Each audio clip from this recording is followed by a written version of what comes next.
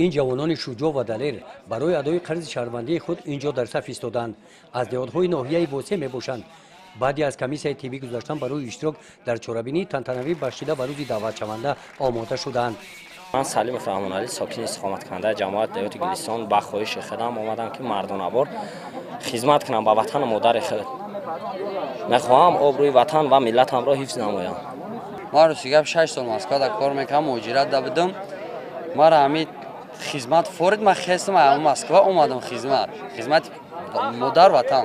من با خواهش خودم برای خدمت کردن به وطن مادر اومدم که برای اون که در وطن برای وطن مادر صادقانه خدمت کرده صافدلانه جانمردی خودم را اثبات کنم.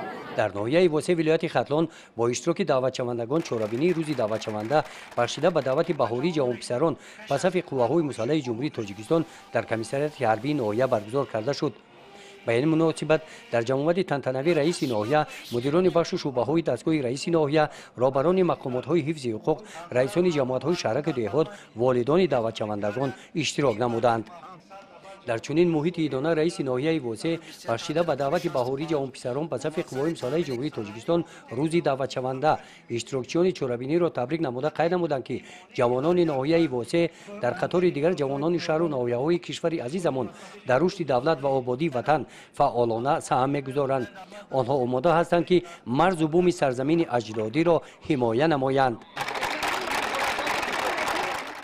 در این جمع آمد همچنین والدان دعوت شوندگان برآمد کرده از فرزندان دعوت به عمل آوردند که خدمت وطن مادر و صافدلانه ادا نموده با سری بلند نزد والدانشان برگردند.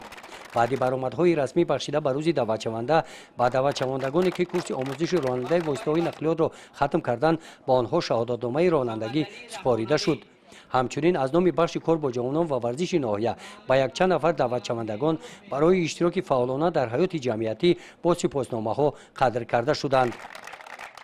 چخیلی که امروز مشاهده میکنیم در میدان جمعشوی جوانان برای سفربر نموده به صف قوای مسلح جوانان زیاده به اینجا صف راستند و اختیارا میخواهند خدمت وطن مادر را اجرا نمایند و سربلندانه به نزد پدر مادر برگردند. من باوری دارم که جوانان با ننگ و ناموس ناحیه واسه با یک حس وطنداری و وطندوستی اختیارا برای خدمت در صف قوای مسلح آمده سفربر میگردند و خدمت مادر وطن را سربلندانه اجرا مینمایند، چون که وظیفه هر یک جوانمرد است که در صف قوای مسلح خدمت وطن را ادا نماید.